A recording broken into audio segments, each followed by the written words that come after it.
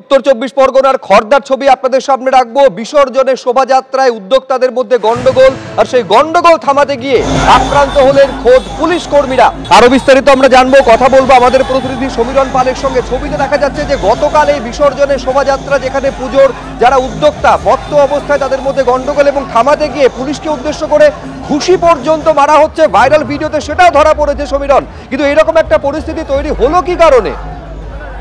শুভজিৎ, প্রথমে তোমাকে বলি যে এই ঘটনাটি ঘটেছে যে খড়দার বলরাম পোস্ট অফিস মোড়ের কাছে, এবং তারা রাসকলা ঘাটে প্রতিমা নিরঞ্জনের জন্য যাচ্ছিল টিটাগড়ের এক উদ্যোক্তারা, এবং তারা বিটি রোডে তাদের পুজোর প্যান্ডেল থেকে তারা যখন শোভাযাত্রা করে এসে যখন বলরাম সেবা মন্দির স্টেট জেনারেল হাসপাতাল পেরিয়ে বলরাম পোস্ট অফিস মোড়ের কাছে পৌঁছয়, সেই সময় পেছনে আরো অনেক প্রতিমা নিরঞ্জন করার জন্য উদ্যোক্তারা পেছনে ছিলেন।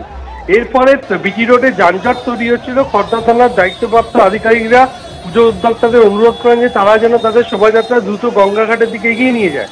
তখন প্রায় রাত 11টা বাজে।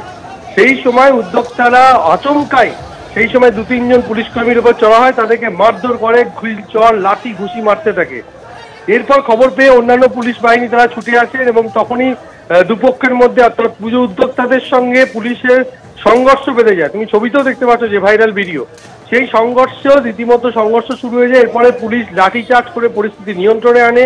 খড়দা থানার পুলিশের ওপর এই হামলার ঘটনায় 4 জনকে গ্রেপ্তার করেছে, এবং তারা প্রত্যেকেই মত্ত অবস্থায় ছিল এবং পুলিশের সঙ্গে সরাসরি সংঘর্ষ লিপ্ত হয়, এবং আচমকাই মত্ত অবস্থায় পুজো উদ্যোক্তারা শোভাযাত্রা এগিয়ে নিয়ে যাবে না এরকম একটা দাবি তুলতে থাকে। পুলিশের পক্ষ থেকে অনুরোধ করা হয় তারা যেন শোভাযাত্রা দ্রুত গঙ্গার ঘাটের দিকে এগিয়ে নিয়ে যায়। তখনই 2-3 জন পুলিশ কর্মীর উপর হামলা চালায়। 3 জন পুলিশ কর্মী, একেবারে সেই হামলার ছবি ক্যামেরাতে পর্যন্ত ধরা পড়েছে, এই ভাইরাল ভিডিওতে পর্যন্ত দেখা যাচ্ছে। গতকালে বিসর্জনের শোভাযাত্রায় কিভাবে পরিস্থিতি উত্তপ্ত হলো আরেকবার দেখুন ছবিটা।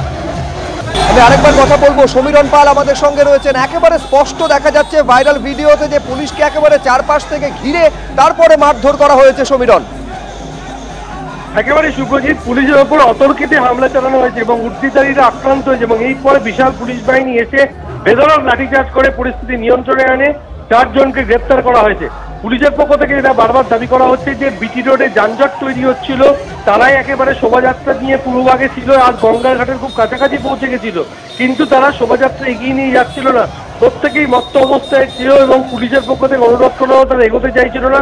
তখনই তারা আচমকাই পুলিশের উপর হামলা চালায়, লাঠি মারে, পুলিশকে চড় মারে, থাপ্পড় মারে, বিভিন্নভাবে পুলিশের উপর হামলা চালায়। 2-3 জন পুলিশ কর্মী জখম হয়, এবং এই ঘটনার পর পুলিশের পক্ষ থেকে লাঠিচার্জ করা হয়, এবং 4 জনকে গ্রেপ্তার করেছে খড়দা থানার পুলিশ। সুব্রজিৎ, ধন্যবাদ সমীরণ। এবার আবহাওয়ার আপডেট আপনাদের জানাবো। আগামী 2 দিন হালকা থেকে মাঝারি বৃষ্টিপাত হওয়ার সম্ভাবনা রয়েছে। মেঘলা আকাশ থাকবে কলকাতা এবং পার্শ্ববর্তী এলাকায়। মেঘলা আকাশ থাকবে এবং বিক্ষিপ্তভাবে বৃষ্টি হবে। সোমবার থেকে কলকাতায় বৃষ্টিপাতের পরিমাণ কমবে। অন্যদিকে বীরভূম, মুর্শিদাবাদে ভারী বৃষ্টির সম্ভাবনা রয়েছে। 40 থেকে 50 কিলোমিটার বেগে দমকা হাওয়া বইবে, এমনই জানানো হয়েছে আবহাওয়া দপ্তরের তরফে।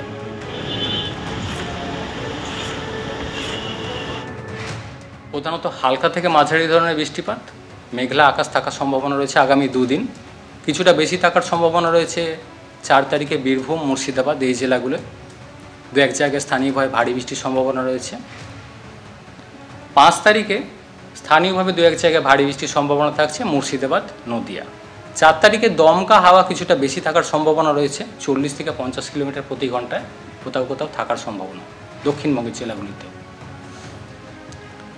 কলকাতা পার্শ্ববর্তী অঞ্চলের জন্য আগামী 2 দিন প্রধানত মেঘলা আকাশ, 2-1 পশলা হালকা থেকে মাঝারি ধরনের বৃষ্টিপাতের সম্ভাবনা থাকছে 4 থেকে 5 তারিখ। 6 তারিখ থেকে কলকাতা পার্শ্ববর্তী অঞ্চলের জন্য বৃষ্টিপাতের পরিমাণ কমবে। মেনলি হালকা ধরনের বৃষ্টিপাতের সম্ভাবনা 6 তারিখেও থাকছে, এবং পরবর্তী কয়েকদিন বিক্ষিপ্তভাবে হালকা বৃষ্টির সম্ভাবনা কন্টিনিউ করবে। 6 তারিখ থেকে বৃষ্টিপাত দক্ষিণবঙ্গে অনেকটাই কমে যাবে, এবং 7 তারিখ থেকে পরবর্তী কিছুদিন প্রধানত বিক্ষিপ্ত হালকা বৃষ্টির সম্ভাবনা। অর্থাৎ দক্ষিণবঙ্গে বৃষ্টিপাতের পরিমাণ কমবে, তবে উত্তরবঙ্গে ভারী থেকে অতি ভারী বৃষ্টি হতে পারে। দার্জিলিং, কালিম্পং, জলপাইগুড়ি, আলিপুরদুয়ারে ভারী বৃষ্টি হবে। সোমবার থেকে উত্তরবঙ্গে বৃষ্টিপাত কিছুটা কমবে, জানাচ্ছে আবহাওয়া দপ্তর। 4 তারিখে ভারী থেকে অতি ভারী থেকে অত্যন্ত ভারী অর্থাৎ 20 সেন্টিমিটারের অধিক বৃষ্টিপাতের সম্ভাবনা থাকছে উত্তরবঙ্গের কয়েকটা জেলা, যেমন দার্জিলিং, কালিম্পং, জলপাইগুড়ি, আলিপুরদুয়ার এই জেলাগুলো।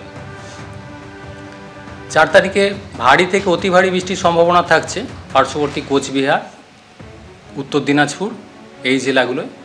ভারী বৃষ্টির সম্ভাবনা রয়েছে মালদা, দক্ষিণ দিনাজপুর এই জেলাগুলোতে। 5 তারিখেও বৃষ্টিপাত উত্তরবঙ্গে বেশি থাকবে। 6 তারিখে বৃষ্টিপাত কিছুটা কমে যাবে।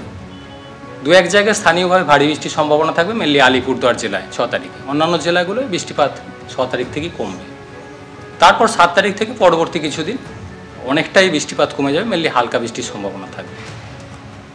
দমকা হাওয়া 2-1 জায়গায় 40 থেকে 50 কিলোমিটার প্রতি ঘন্টায় থাকার সম্ভাবনা রয়েছে উত্তরবঙ্গের জেলাগুলিতে আজকে অর্থাৎ 4 তারিখ। ডিভিসির 1.5 লক্ষ কিউসেক জল ছাড়া নিয়ে মুখ্যমন্ত্রীর দাবি উড়িয়ে দিল কেন্দ্র। মোট 70,000 কিউসেক জল ছেড়েছে ডিভিসি। মাইথন ব্যারেজ দিয়ে ছাড়া হয়েছে 42,500 কিউসেক জল। পাঞ্চেত ব্যারেজ দিয়ে 27,500 কিউসেক জল ছাড়া হয়েছে। সব মিলিয়ে 70,000 কিউসেক জল ছাড়া হয়েছে, এমনই পোস্ট করলেন কেন্দ্রীয় জলশক্তি মন্ত্রী সি.আর. পাটিল। মুখ্যমন্ত্রী মমতা বন্দ্যোপাধ্যায় যে 1.5 লক্ষ কিউসেক জল ছাড়ার দাবি করেছেন সেই তথ্য সম্পূর্ণ ভুল। দামোদর ভ্যালি রিজার্ভার রেগুলেশন কমিটির তথ্য উল্লেখ করে পোস্ট সি.আর. পাটিলের।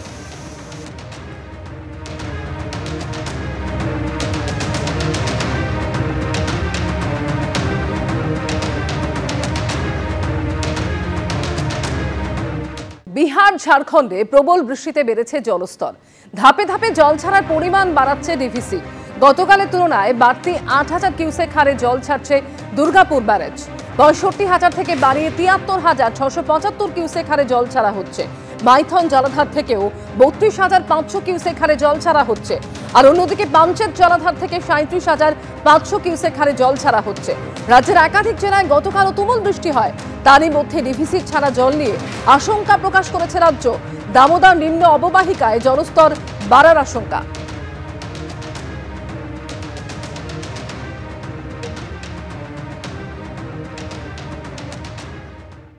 আমরা এই মুহূর্তে দাঁড়িয়ে রয়েছি দুর্গাপুর ব্যারেজের যে দামোদর তীরবর্তী এলাকা, অর্থাৎ দামোদর নদীর পাড়, সেই পাড়ে দাঁড়িয়ে রয়েছি। আমরা দেখতে পাচ্ছি যে দুর্গাপুর ব্যারেজের যে সমস্ত লক গেটগুলি রয়েছে, অধিকাংশ লক গেট কিন্তু খুলে দেওয়া হয়েছে এবং জল যাচ্ছে।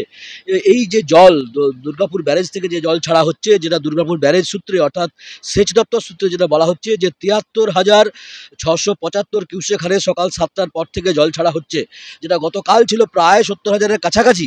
আজ সেটা বাড়িয়ে দেওয়া হয়েছে, প্রায় 3 থেকে 3,500 কিউসেকের মতো বাড়ানো হয়েছে, প্রায় 4,000 কিউসেকের মতো বাড়ানো হয়েছে। এই যে জল, যেটা মাইথন এবং পাঞ্চেত থেকে যে 70,000 কিউসেক জল ছাড়া হয়েছে, সেই জল এসে পৌঁছচ্ছে দুর্গাপুর ব্যারেজে এবং দুর্গাপুর ব্যারেজ থেকে জল ছাড়ার পরিমাণ খানিকটা বাড়ানো হয়েছে। তার কারণ এই আপার ক্যাচমেন্টের যে নাগাড়ে বৃষ্টির যে জল, সেটা ওই জল, এই বৃষ্টির মাইথন এবং পাঞ্চেতের জলের সাথে সেই জল যোগ হয়েছে।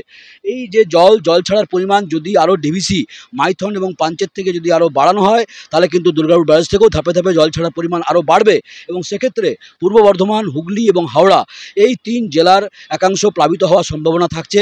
যদি ঝাড়খণ্ডে এবং বিহারে বৃষ্টির পরিমাণ কমে, যদি ডিভিসি জল ছাড়ার পরিমাণ আরও কমায়, তাহলেই একমাত্র দুর্গাপুর ব্যারেজ থেকেও জল ছাড়ার পরিমাণ কমবে এবং সেক্ষেত্রে নতুন করে যে সমস্ত জায়গাগুলো প্লাবিত হয়েছে সেগুলো থেকে জল নামার সম্ভাবনা রয়েছে, এমনটাই সেচ দপ্তর সূত্রে বলা হয়েছে। আমরা দেখতে পাচ্ছি যে দুর্গাপুর ব্যারেজ থেকে কিন্তু সেই জল যে সকাল থেকে ছাড়া হয়েছে, সেই জল ছাড়ার প্রক্রিয়া চলছে। ক্যামেরা বিধানদের সাথে মনোজ বন্দ্যোপাধ্যায়, এবিপি আনন্দ, দুর্গাপুর, পশ্চিম বর্ধমান।